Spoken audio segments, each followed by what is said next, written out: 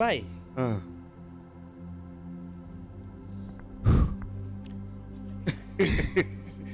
ainda está a digerir a última.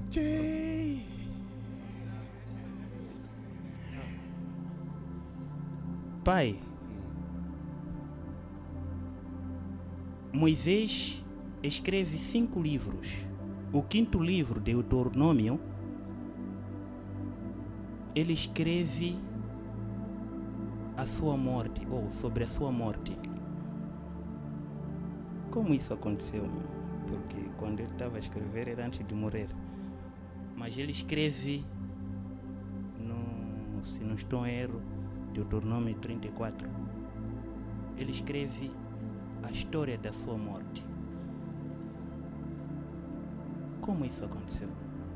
Deuteronômio 34, diz a palavra de Deus: Então subiu Moisés das campinas de Moabe ao monte Nebo, ao cume de Pisga, que está defronte de Jericó, e o Senhor mostrou-lhe toda a terra, desde Gileade até Dan, e todo o Naftali e a terra de Efraim e Manassés, e toda a terra de Judá até o mar último, e o sul e a campina do vale de Jericó, a cidade das palmeiras até Zoar.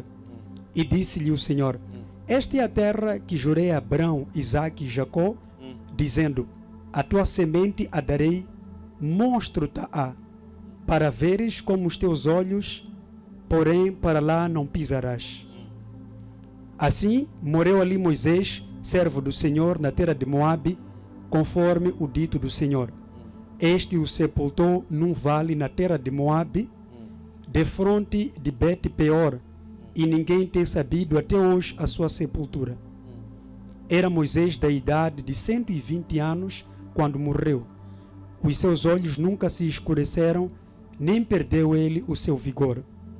E os... Já estou a entender o teor da sua questão. A tua questão é como que Moisés morreu, e esse versículo aí, estamos a ver, está-se a falar de Moisés, não é isso? É ou não é? Estamos a ver a se falar de Moisés. O mesmo Moisés morreu.